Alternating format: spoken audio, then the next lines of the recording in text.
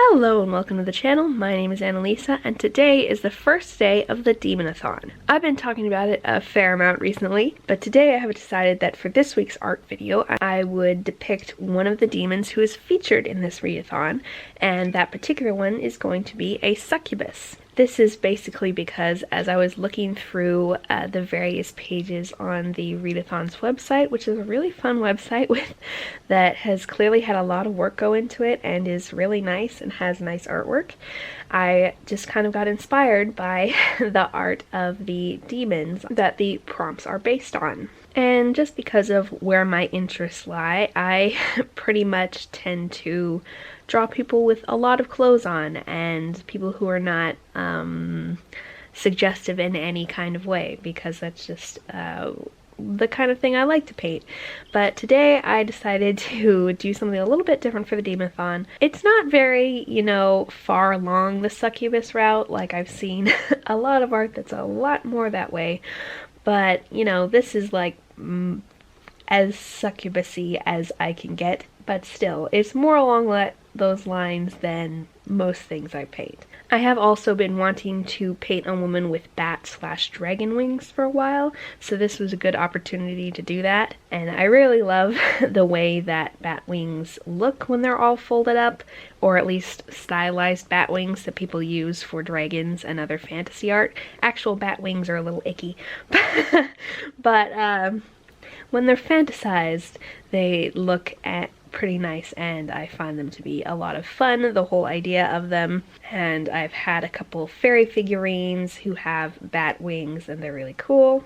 And of course, the things that I've read most recently that have people with bat wings are A Court of Mist and Fury, etc., that have these Illyrians who are very heavily sexualized, and they have bat wings, and they're very pretty and strong and stuff like that. And what with the bat wings being a common picture of demons in Western society, I thought that that was a good way to go for my succubus route. The wings were definitely the part that I put the most effort into for this piece, and they're also the most watercolor-ish. I didn't end up using any pens to do any outlines or details on them because I really liked how they looked kind of vague and made just of watercolors, so I only used outlining on her face and body and dress, and I really ended up liking how that looks. I really like the way that bat wings have the various shades and colors where the membrane is thinner versus where it's gathered up, so I had a lot of fun designing those.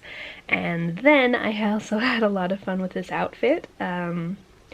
I had fun designing her pose and her dress, and these shoes are a different type of shoe than I usually do because I usually go for logical shoes that you can run around and fight in, but since she's a succubus and she doesn't have to move very fast on her feet because she's got wings, I decided it was a good time to try out some high heels. So I had a lot of fun designing these. I had a terrible time drawing the foot that's facing forward. I'm always terrible at feet that are facing forward. For me, it's much easier to draw them from the side, but I managed as best I could. And then had a lot of fun painting on these many straps. But while I'm painting this, I also wanted to take part in and check off a few of the other challenges for the readathon, because there are some non-reading based challenges. The first one was to make a picture of a demon you wanted to summon, which was last week's video, and to do a TBR, which I also did last week. The third challenge is to post about your favorite demon or type of demon, and so I wanted to do that along with this video. And so while I am painting a succubus, my actual favorite type of demons would be yokai, and that's basically because I watch a lot of anime and read some manga, and yokai are heavily featured in a lot of those types of fantasy stories. From simple little yokai who are basically animated umbrellas to more complicated ideas of yokai like nine-tailed foxes. There are many different types. Basically, any inanimate object from what I've read about yokai can be animated into one, and you can come up with one for anything.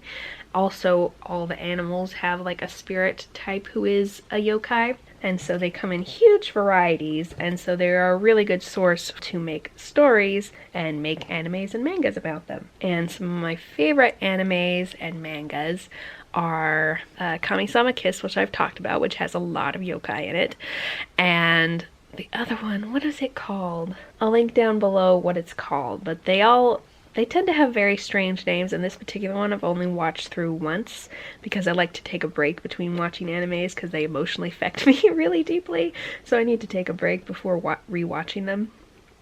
But there was one I watched recently that was about an innkeeping yokai, and he has a bunch of yokai working for him, but he brings in this granddaughter of one of his human friends to come work for him so he can take care of her because their grandfather has died, and so she doesn't have a guardian in the human world anymore. And so she makes friends with all the yokai who work in this spirit world hotel, and it was a lot of fun and had a lot of very interesting creatures. And my favorite part was that there were two different multi-tailed fox yokai. One was a red one and one was a white one. And when they get sick, they turn into tiny little baby versions of themselves. And so there were a lot of scenes with very cute little baby multi-tailed magical foxes, and that was a lot of fun. So I really like the various ways that the Japanese people have interpreted yokai into fantastical fun beings for their media, and so I think they're my favorite type so far. I may discover more different kinds that I enjoy. And the fourth challenge is the story of Faust, which I looked it up and found out references a very old story from Germany, which is about a man who made a deal with the devil. Pretty classic idea of deal with the devil, which this may be the origin of that idea, or it may just have been someone who put it into more defined words. But this mythical man, whose last name was Faust, made a deal with the devil to have, I think, worldly knowledge. But then the devil would get his soul, so he wouldn't go to heaven or anything like that. And so the challenge that is relating to this story is, if the devil himself could grant you one wish but you would be dead 24 years later, what would you wish for? And personally, if I could trade being dead 24 years from now, which I'm 22, so I would be 46. If I could get one thing now, and I would suppose for the rest of my shortish life. So if I was wishing for just something nice for myself, I would cure myself of all the comorbidities that go along with my autism. Not my autism itself, but the comorbidities being depression, anxiety, and fibromyalgia, and IBS, etc. So if I could be all of those things free, that would be really nice. Those are the things that I might pick if I was presented with that choice. Personally though, I would like to live beyond 46. I'd like to go for... My grandpa lived to be 86. I'd like to be 90, personally.